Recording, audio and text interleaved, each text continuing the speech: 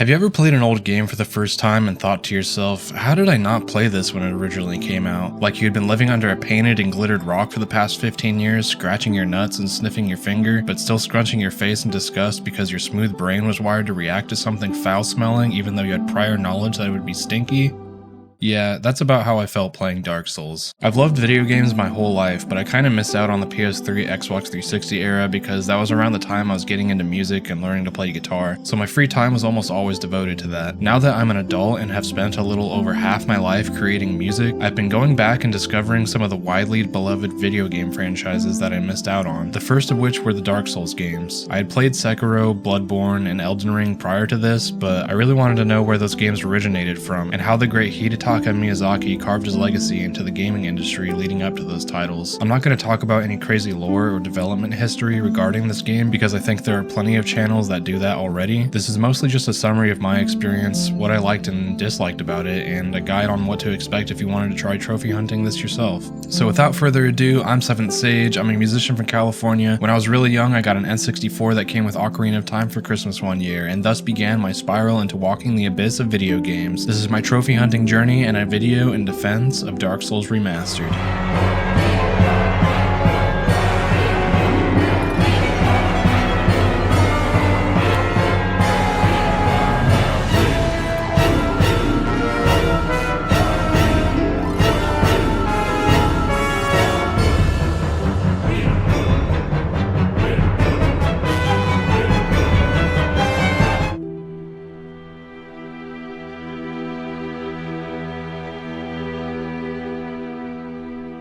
I'm gonna be super real with you guys. Trophy hunting can be a draining experience sometimes, let alone for a game that is already difficult to beat in the first place. It can make you learn to dislike a game that you would otherwise enjoy if you just played it at your own leisurely pace. Though, if I could recommend any Souls game to try and get your first platinum for, it'd probably be this one. Everything is super straightforward. Just beat all the bosses, collect all the spells, miracles, pyromancies, join all the covenants, get the 2 endings. Easy. But unlike Bloodborne and Elden Ring, where you can use save scumming to bypass having to beat the game 3 times, Dark Souls 1 requires you to play through the game at least 2.5 times due to the trophy tied to creating boss weapons, a few of which you need 2 or 3 of the same boss soul to create. I know that can sound a little daunting at first, but once you get through the first playthrough, it's honestly not that bad. But 7th Sage, you said Bloodborne and Elden Ring only require 1 playthrough. How is this easier? I know, I was getting to that. Just shut up. It's because Dark Souls 1 is easily the shortest game in the FromSoft catalog, and it has been praised to the kiln of the first flame and back for one reason. Alright, listen up class. Today we're going to learn a new word that is way too long and hard to pronounce. Say it with me now.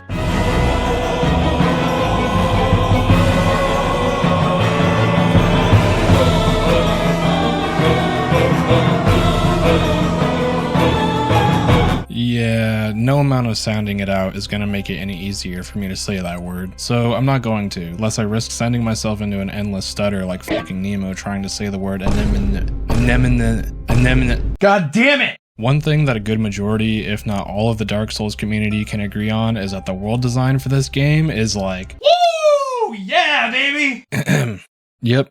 It's good. Just throw on a master key as your starting item and congratulations. You now have access to half the game from the get-go. Want to upgrade all your weapons before you even fight your first boss? There you go. Want to get down into Blighttown easier without having to traverse a literal maze in the sewers full of these assholes that half your health when you die? There you go. Want to release a deranged knight who can potentially ruin your entire playthrough? No, don't do this. If you free this guy, immediately run back to Firelink Shrine and kill him. I'm not going to say what happens if you don't, but you get a pretty cool ring out of it if you do, so just trust me on this one. I got you. Anyway, there's a reason so many people do challenge runs and speed runs of this game. Once you ring a couple of church bells and beat these 2 knuckleheads, you're basically free to do whatever you want. You can tackle the game's bosses in any order you choose. It's great. Out of all the Souls games, I feel like this is the one that I can just keep going back to and playing through over and over again because there's so many different ways to go about it. While we're on the topic, let's go ahead and talk about the bosses.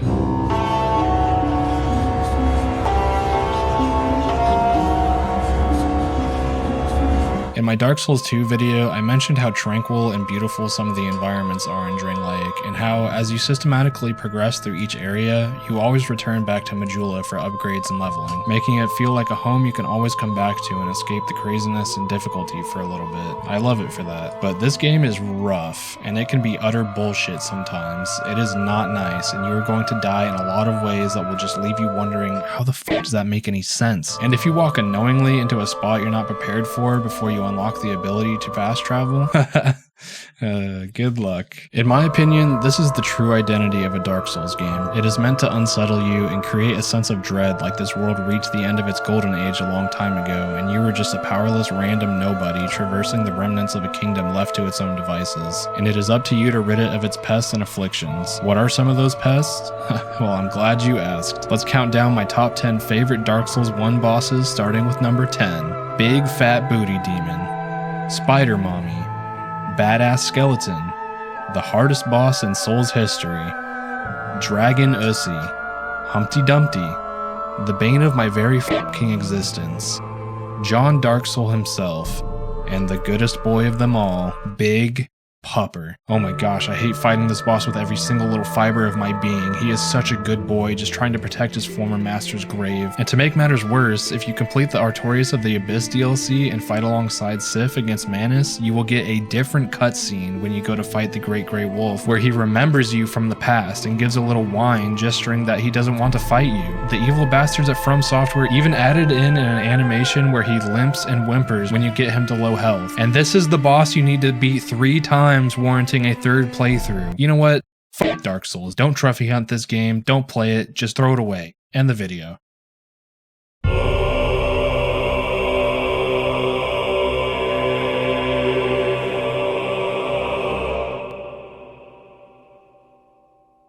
One thing that I feel like I delved way deeper into and was super intrigued by in this game compared to Dark Souls 2 was the weapons. Pretty much all the weapons in this game are in DS2, so this isn't a comparison between the two or anything. I just think Dark Souls 2 had so many that I was more inclined to use what I was comfortable with than try to experiment. But with this game, I want to say I tried almost everything. Like the Falchion, goated. Level that thing to +10 and turn it into Quelaag's Fury Sword. You won't regret it. Bows, surprisingly busted for some encounters. Pyromancies, broken as hell. If you want to just blow through the game without even trying, fully upgrade your Pyromancy Flame and use these. You don't even need to level up because they don't scale off your stats at all. It's just flat damage, baby. Get the Zweihander from the graveyard early game, modify it to whatever damage type fits your stats, and you're set. Like, this game is so fun to experiment with. I don't know what it is because the weapon systems are mostly the same in all the other games. This one just grabbed me by the balls and said, you're gonna have fun and you're gonna like it. Killed yourself a Black Knight and he dropped his spear. Congratulations. You are now the best PvP player in Dark Souls. Okay, so there's something I've been meaning to get off my chest this whole video, and some of you might agree and some of you might not. Let's move on to the next section and discuss some multiplayer.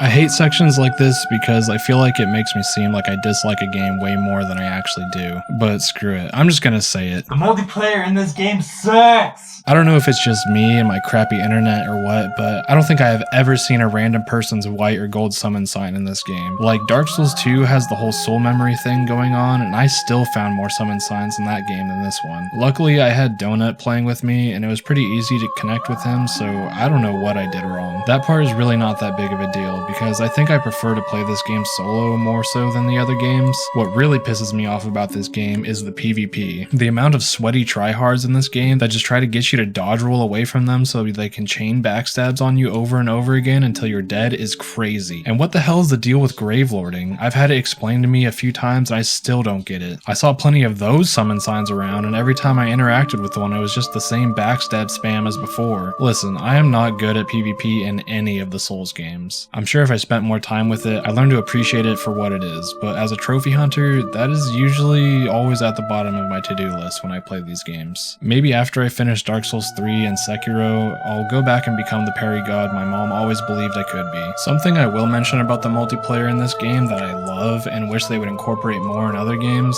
is the little things like hearing the bells ring in your game because someone else rang a bell in theirs, or how you receive an extra Estus flask when someone kindles a bonfire near you. I think that stuff is really cool. It's a subtle reminder that the community is still alive and well, that 13 years later people are still getting good, that even if you're playing solo, you're not enduring the hardship alone. There's one last thing I want to address about Dark Souls 1, and then I'll get out of your hair so you can get back to watching VaatiVidya lore videos. At least that's what I would be doing. You may have noticed that I only listed 9 bosses in Chapter 3, and that is because my number 1 favorite boss to fight in this game is Gwen.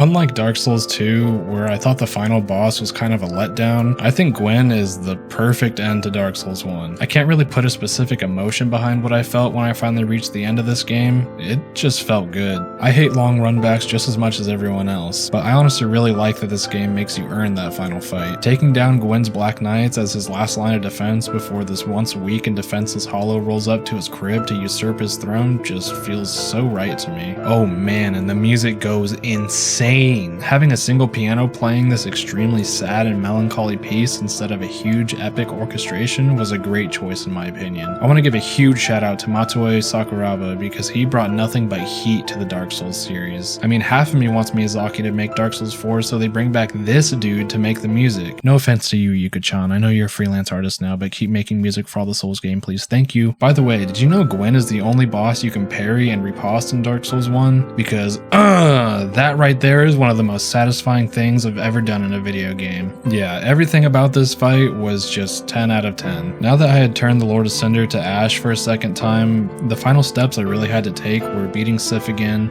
Oh, it breaks my heart every time. And then fighting my way to the giant blacksmith in Anor Londo to create my boss weapons. Ayo, Matoi-san, cue the montage music.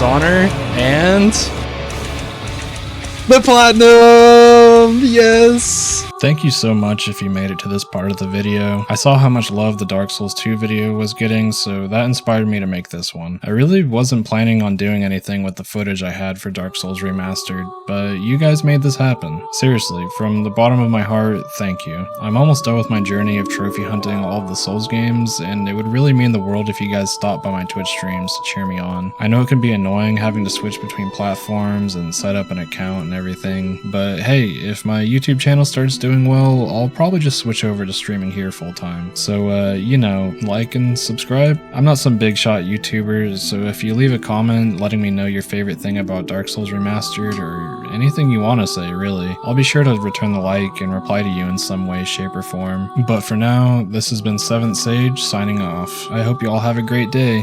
Peace.